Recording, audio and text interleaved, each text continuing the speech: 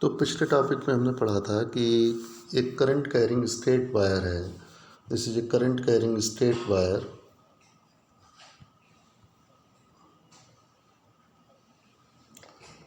ये एक current carrying straight wire है। इसके चारों तरफ मैग्नेटिक फील्ड प्रोड्यूस होता था।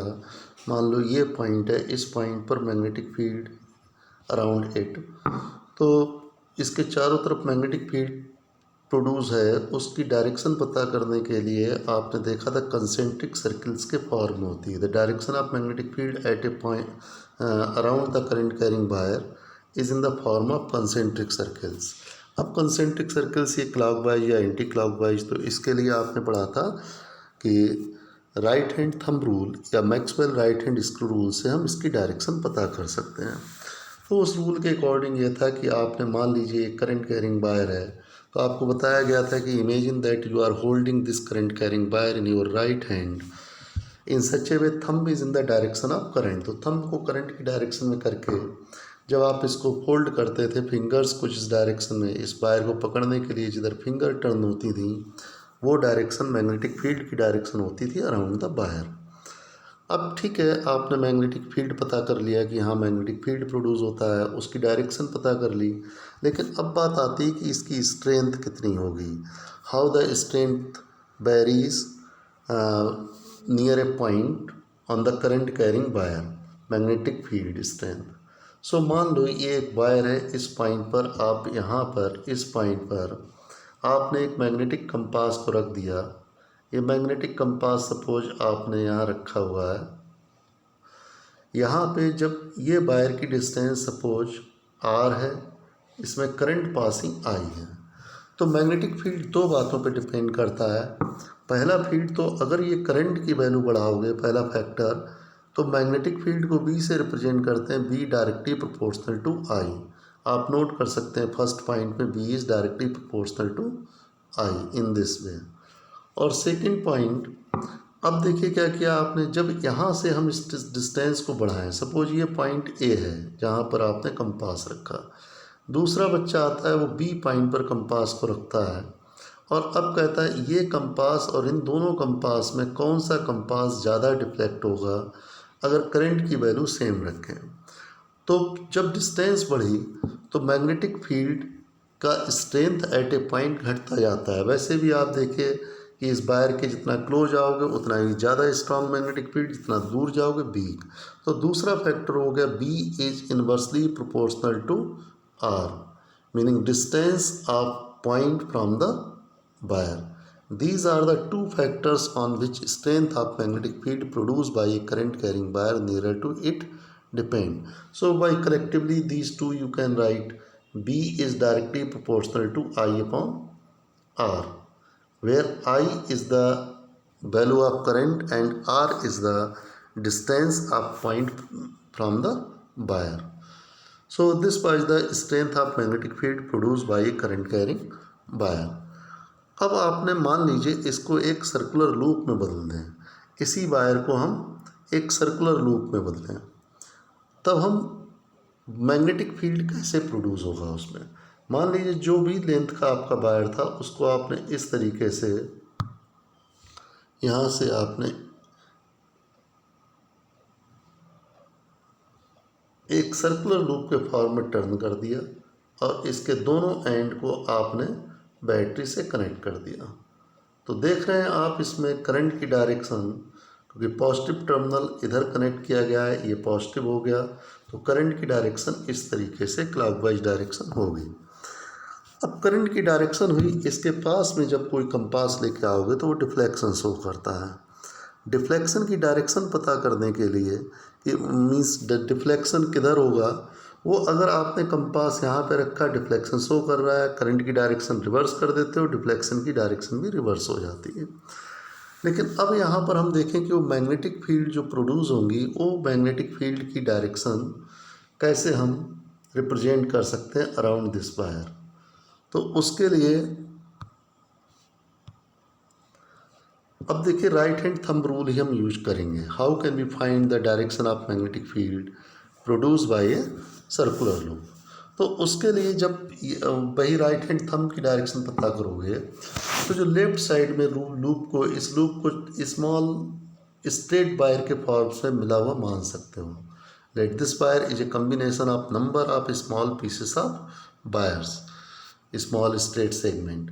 तो उसके हर एक पीस से मान लो यहाँ पर निकालना चाह रहे हो तो करंट की डायरेक्शन यहाँ इधर, अब मैग्नेटिक फील्ड लोगे तो मैग्नेटिक फील्ड यहाँ पर इस डायरेक्शन पे आप देखेंगे। थंब करंट की डायरेक्शन में करोगे तो फिंगर्स जो आपकी रोल होके आ रही हैं, कर्ल हो रही हैं, वो आपकी इस तरीके से कर्ल हो रही हैं। तो इस वायर के चारों तरफ मैग्नेटिक फील्ड इस टाइप से आई। अगर आप इस पॉइंट पे निकालना चाहते हो तो इसके चारों तरफ मैग्नेटिक फील्ड की डायरेक्शन थंब करंट की डायरेक्शन में करिए, ये करंट की डायरेक्शन देख रहे हैं आप इसमें आई। अब इस पर जो मैग्नेटिक फील्ड प्रोड्यूस होगा तो इस कंसेंट सर्किल जो बनाया है इस सर्किल में, तो आपकी फिंगर्स इसके अगर कोई पॉइंट इनसाइड द लूप है तो वहाँ से अंदर जाती हुई दिखेंगी फिंगर्स, और इधर बाहर वाले पॉइंट से बाहर। इस तरीके से आपकी मैग्नेटिक फील्ड लाइंस प्रोड्यूस होंगी इन this way. In the same way इस साइड में अगर आप देखना चाहोगे तो इधर भी लूप इस तरीके से बन के आएंगे, लेकिन इसमें जो करंट की डायरेक्शन नीचे की तरफ है, जब करंट की डायरेक्शन नीचे की तरफ है तो थंब को करंट की डायरेक्शन में करिए, राइट हैंड थंब रूल से हम फाइंड कर रहे हैं, thumb is in the direction of current, then fingers इस तरीके से आपको इसके अंदर इस तरीके से कर्व होती हुई दिखेंगी कि अगर inside the loop there is a point then fingers goes downward. So magnetic field produced by this is in this direction, in this way. Now इस तरीके से मैग्नेटिक फील्ड स्ट्रेंथ this, लेकिन एक चीज़ यहाँ पर है, जब सेंटर पे हम पहुँच जाते हैं तो सेंटर पे जो मैग्नेटिक फील्ड लाइंस देख रहे हैं, एक सर्कल्स जो बन रहे हैं इनकी रेडियस बढ़ती चली जा रही है। तो जब इसके सेंटर पे आते हैं, सेंटर पे magnetic field is in the form of straight line जिसकी डायरेक्शन यहाँ परपेंडिकुलरली डाउनवर्ड हो जाएगी। तो in this way we can find the magnetic field at a near the loop. अब इसके सेंटर पे जो स्ट्रेंथ ऑफ मैग्नेटिक फील्ड होगा at the center of the loop, वो कैसे हम पता, उसकी डायरेक्शन किधर होगी, परपेंडिकुलरली डाउनवर्ड। अब उसका स्ट्रेंथ किन किन फैक्टर्स पे डिपेंड करेगा। तो strength of magnetic field produce by A current carrying loop, देखिए ये यहाँ पर ये कंडक्टर है, ये आपको मैंने दिखाया गया है करंट की डायरेक्शन, ये पॉजिटिव टर्मिनल से जुड़ा हुआ है ये वाला। तो यहाँ करंट की डायरेक्शन आप कह सकते हैं, करंट की डायरेक्शन कैसे हो गई, ये हो गई, इसमें ये करंट की डायरेक्शन। तो इस तरीके से मैग्नेटिक फील्ड की डायरेक्शन आपने पता कर ली। नाउ इसका जो स्ट्रेंथ होगा, strength of magnetic field produce bye ये सर्कुलर लूप, ये पॉइंट भी लिख लेना, जो मैं बोल रहा हूँ इसको नोट कर लेना। हेडिंग यहाँ पर strength of magnetic field produce by current carrying circular loop at its centre. ठीक है, इसमें लिखेंगे it depends on number one current passing through the loop. तो magnetic field produce by the circular loop at its centre is directly proportional, B is directly proportional to I। जितना current ज़्यादा होगा उतना magnetic field at its centre ज़्यादा होगा। तो पहला point note करेंगे, the magnetic field at the center is directly proportional to the current passing through the wire. And number 2 second point, radius of wire, यहाँ distance तो point की नहीं ले सकते लेकिन यहाँ पे रेडियस ऑफ वायर, तो V is inversely proportional to R। Radius जितना कम होगा, मान लीजिए आपने करंट की वैल्यू सेम रखी, अगर वायर की रेडियस कम होगी, इस लूप की रेडियस कम होगी तो magnetic field at the centre उतना ही ज़्यादा प्रोड्यूस होगा।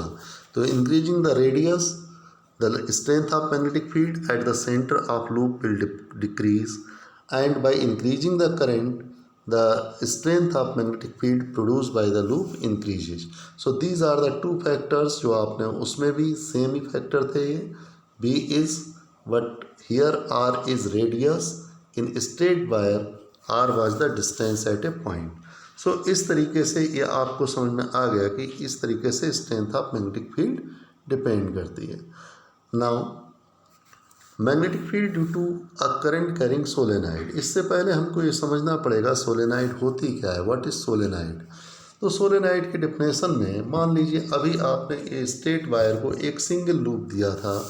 अब इसको एक लूप ना देके हमने इस वायर का एक एंड ये रखा और दूसरे एंड को इस तरीके से ये लेते आते हुए और ये कॉइल बनाना शुरू कर दी.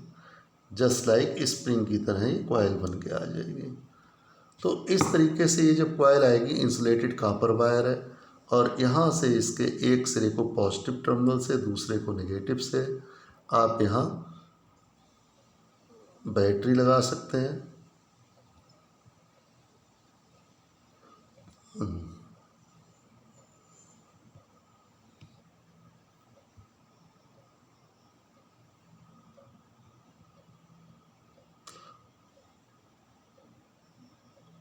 तो बैटरी लगाने के लिए आप क्या करेंगे, देखिए फिर से डायग्राम बनाते हैं.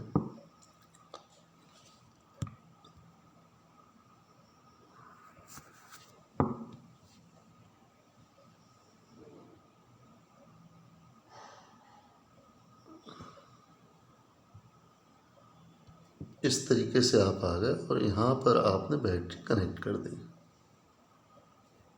ठीक है, स्विच लगाओगे तो यहाँ से इसको रब कर दो और एक स्विच यहाँ पे हम लगा लेंगे. थोड़ा सा इसको पतला बनाते हैं इस तरीके से. देखिए नंबर ऑफ टर्न्स देते हुए इसको यहाँ से हमने एक स्विच लगा दिया, ये बैटरी कनेक्ट कर दी. इस तरीके से आपको पॉजिटिव और ये नेगेटिव, ये आपको ये जो होगा ये सोलेनाइड कहलाता है. Means a solenoid is a coil of many circular binding wrapped in the shape of a cylinder. When current is pass through it, it behave similar to a bar magnet, producing a very similar field pattern as that of bar magnet. Means ये just like bar magnet की तरह behave करता है और इसका magnetic field का pattern भी bar magnet की तरह होता है. और इसकी स्ट्रेंथ अगर हमको इंक्रीज करना है तो इसमें हम सॉफ्ट आयरन की कोर इंसर्ट कर देते हैं. तो सोलेनाइड क्या होती है ये आपको पता चला. ये डायग्राम है सोलेनाइड का. मीन्स ये देखिए ये वायर ए एंड इसको रैप्ड करते हुए लेके आ रहे हैं. इधर दूसरा सिरा आ गया ब्लैक वाला. करंट इस ब्लैक वायर से एक सिरे से अंदर जा रही, इससे बाहर आ रही है. तो जब आप इसको देखेंगे तो देखिए अब इसमें करंट की डायरेक्शन हम इसमें कैसे पता करेंगे कि कौन सा पोल इस सोलेनाइड का नॉर्थ है, कौन सा साउथ पोल है. Means how can we find the polarity of a solenoid. It behaves like a bar magnet, तो definitely there will be two poles, one is north, other is south. तो इसको पता करने के लिए हम क्या करते हैं, जिस एंड पर इस सोलेनाइड के जिस एंड पर हमें पोलैरिटी पता करनी है उस एंड को अपने बिल्कुल फेस टू फेस रखिए, आपके सामने आना चाहिए. और उसमें करंट की डायरेक्शन अगर क्लॉकवाइज है तो वो साउथ पोल होगा और एंटी क्लॉकवाइज है तो वो नॉर्थ पोल होगा. तो अगर हम इस एंड को अपनी तरफ रखें और ये पॉजिटिव से कनेक्ट है तो करंट की डायरेक्शन आपको इसमें एंटी क्लॉकवाइज दिख रही है. ये वाला एंड एंटी क्लॉकवाइज लगेगा तो इसमें जो इसकी पोलैरिटी आएगी ये नॉर्थ पोल होगा और ये वाला साउथ पोल होगा. ठीक है, अब जब इस तरीके से ये बिहेव करेगा करंट पास कराने पर तो नॉर्थ पोल से मैग्नेटिक फील्ड लाइंस ओरिजिनेट होती हैं और साउथ पे टर्न होती हैं. तो ये जो मैग्नेटिक फील्ड लाइंस ये दो दिखाई हैं इन्होंने इसमें, ये इस तरीके से ये मैग्नेटिक फील्ड लाइंस हो गई.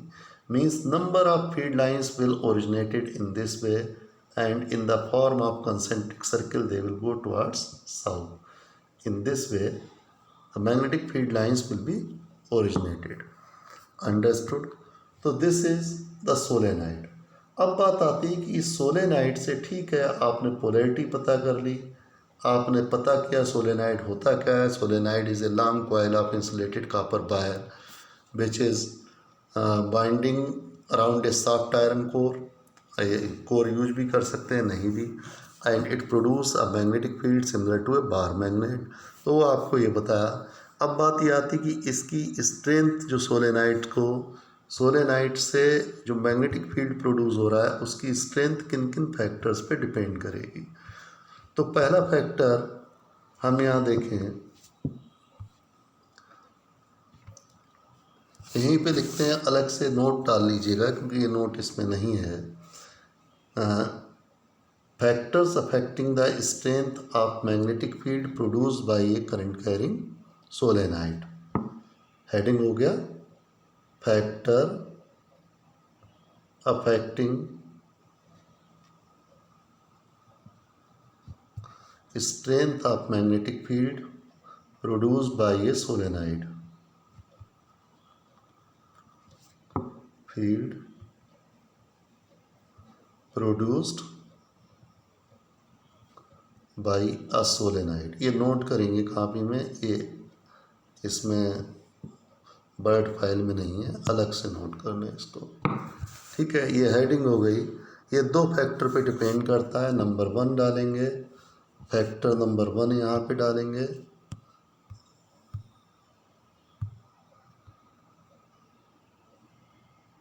हाँ जी, number 1, magnetic field produced by a solenoid is directly proportional to the current passing through it. B is directly proportional to I. Number 2,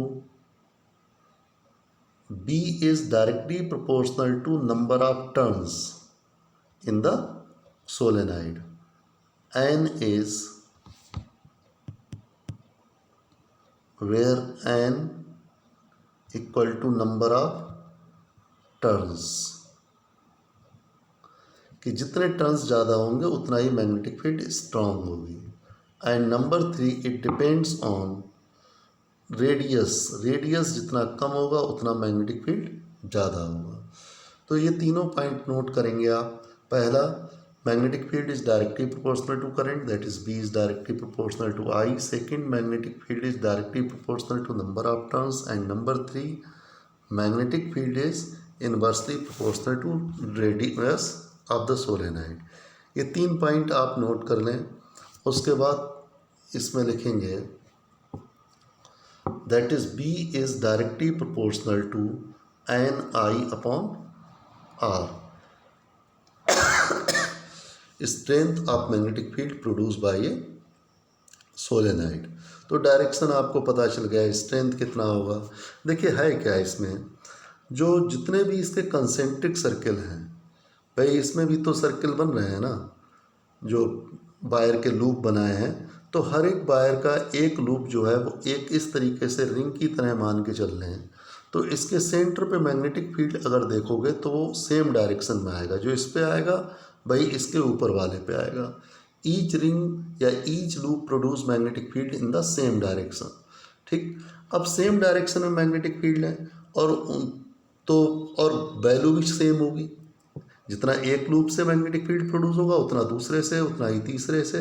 तो इस तरीके से एन लूप एक के ऊपर एक हो गए, which produces magnetic field, equal magnetic field. अब जब ये एन हो गए तो सेम डायरेक्शन में, तो ऐड होके क्या हो जाएगा, total magnetic field N times the magnetic field produce by a single loop. तो सिंगल लूप से जो मैग्नेटिक फील्ड प्रोड्यूस हो रहा था वो आपको बताया था B is directly proportional to I upon R. तो एक लूप का आई अपॉन आर, तो एन लूप हो गए तो कितना हो जाएगा, B is directly proportional to N I upon R, means N times the magnetic field produce by single loop. So this is solenoid. Now